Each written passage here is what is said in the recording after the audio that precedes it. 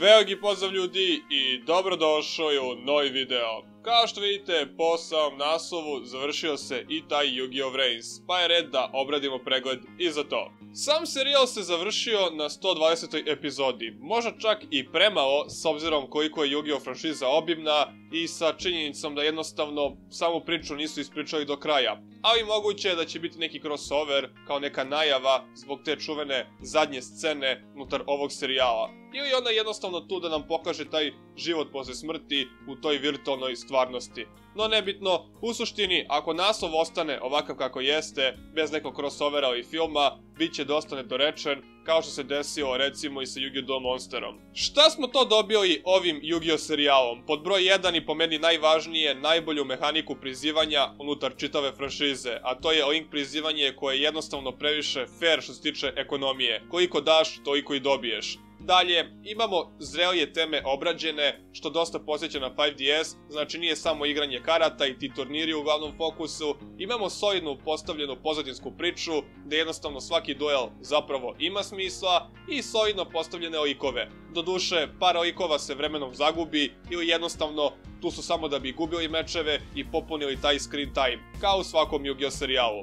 Također, dobili smo još jedan vid igranja Yu-Gi-Oh! A to su ti brzi dvoboji. Jednostavno, imate manje polja za igranje, imate jednu fazu manje, imate pomoć u vidu skilla, koji nije nešto pretjerano jak, ali ono, pomoć ipak. Nije bolje sve to od Master Duela, ali opet je izuzetno igrivo, kao i što sami znate, imate čak i u real life-u competitive takmičenja za te speed duele. Ono što je mene izuzetno iznerviralo kod ovog serijala, a vezano je za same duele, jeste ta priča. Likovi se bukvalno baš do jaja ispričaju dok igraju Yu-Gi-Oh! I onda jedan dosadan dvoboj pratim 5 dana. Sam pacing kod ovog serijala je izuzetno diskutabilna stvar, zašto? Jer nikada nije bio u kontinuitetu i baš zbog toga dolazimo do prvih rupa unutar same priče. Jer jednostavno, znate onu početnu priču gdje sam Yusaku, to jest naš protagonista, jeste bio otet i teran da igra Yu-Gi-Oh! I zbog toga je postao taj dobar duelista. E pa, u samoj priči ima još najmanje 3-4 dece, saznali smo da je jedno poginulo,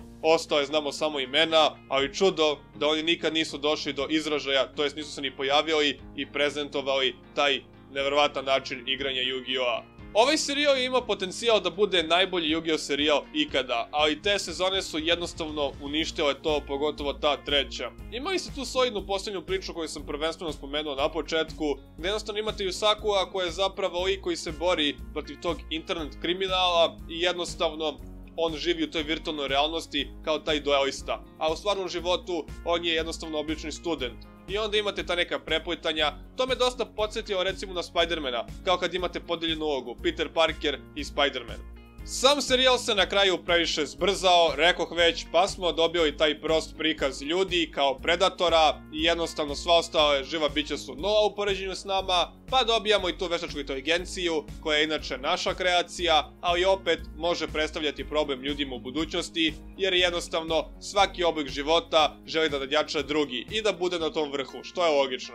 Borbene scene su odlične, s obzirom se radi o Yu-Gi-Oh! Serijalu, naravno, muzika također, imate najmanje 3 prelepa openinga i dosta dobrih soundtrackova, tako da jednostavno što se tiče toga, ne mogu da grešim dušu. Što se tiče dizajna likova, to je već subjektivno, nekom je to mnogo šareno, nekom je okej, nekom je super, tako da na vama je da odlučite to, ali moram da vam predstavim najbolju alternativnu verziju Seto Kaibe, a to je Revolver. Jednostavno, stil igre, znanje o samoj igri, shvatanje života, sve je bukvalno top. Moj utisak je sljedeći, da je ovaj serijal pravo osveženje posle Arc 5-a. Arc 5 nije toliko loš, nemojte me pogrešno razumeti, ali ima dosta problema, pogotovo kod same priče. Tako da mi je ovo nekako osveženje posle toga. Jednostavno, dobra postavljena priča, pozadinska, solidni likovi, ali opet i uprkos tim zrelim temama je falilo to nešto da bi ovaj serijal bio najbolji ikada u svojoj franšizi.